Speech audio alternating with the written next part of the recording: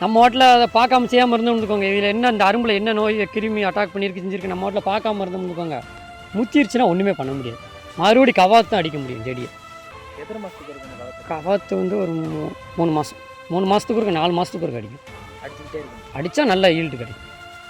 இப்போ இந்த இதில் இது பூ வருது, இது இந்த செடியில் எத்தனை நாள் பூ வரும்? எத்தனை நாள் பூ வரும்னு கேட்கலா? ஓ, அது ரெகுலராக வந்துக்கிட்டு இருக்கோம். நம்ம உரம் அடுத்து மருந்து ரொட்டேஷனாக அடிச்சுக்கிட்டே இருந்தோம்னுக்கோங்க, ரெகுலராக வந்துக்கிட்டே தான் இருக்கும் பூ.